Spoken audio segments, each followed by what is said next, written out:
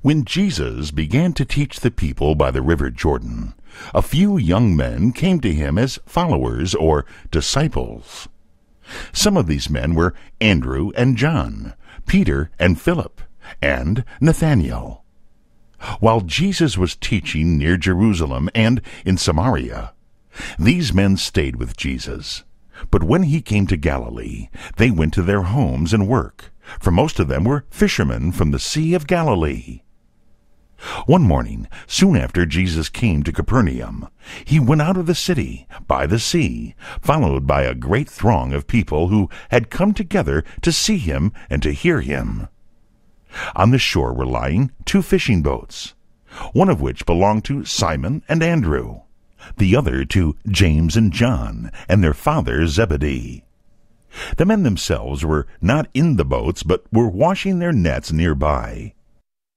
Jesus stepped into the boat that belonged to Simon Peter and his brother Andrew, and asked them to push it out a little into the lake, so that he could talk to the people from it without being crowded too closely.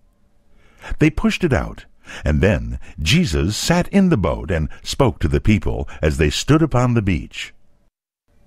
After he had finished speaking to the people and had sent them away, he said to Simon Peter, "Put out into the deep water and let down your nets to catch some fish." "Master," said Simon, "we have been fishing all night and have caught nothing, but if it is your will, I will let down the net again." They did as Jesus bade them, and now the net caught so many fishes that Simon and Andrew could not pull it up, and it was in danger of breaking.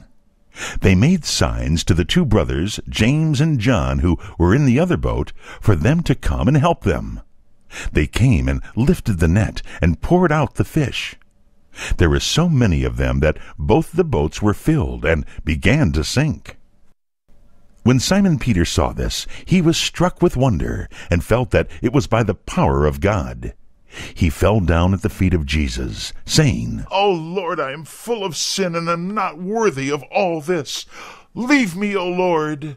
But Jesus said to Simon and to the others, "Fear not, but follow me, and I will make you from this time fishers of men." From that time, these 4 men, Simon and Andrew, James and John, gave up their nets and their work and became disciples of Jesus. On the Sabbath after this, Jesus and his disciples went together to the synagogue and spoke to the people. They listened to him and were surprised at his teaching. For while the scribes always repeated what other scribes had said before, Jesus never spoke of what the men of old time had taught, but spoke in his own name and by his own power, saying, "I say unto you," as one who had the right to speak.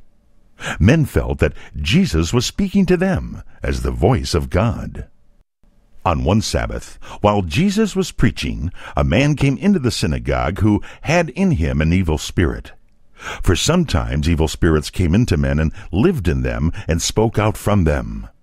The evil spirit in this man cried out, saying, "Let us alone, thou Jesus of Nazareth. What have we to do with thee? Hast thou come to destroy us? I know thee, and I know who thou art, the Holy One of God." Then Jesus spoke to the evil spirit in the man. "Be still, and come out of this man." Then the evil spirit threw the man down, and seemed as if he would tear him apart. But he left the man lying on the ground without harm. Then wonder fell upon all the people. They were filled with fear and said, "What mighty word is this? This man speaks even to the evil spirits, and they obey him." After the meeting in the synagogue, Jesus went into the house where Simon Peter lived.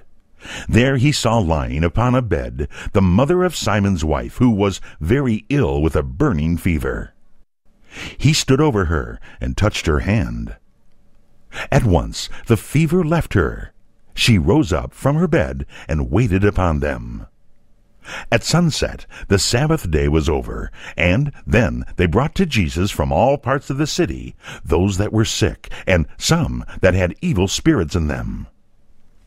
Jesus laid his hands upon the sick, and they became well. He drove out the evil spirits by a word, and would not allow them to speak.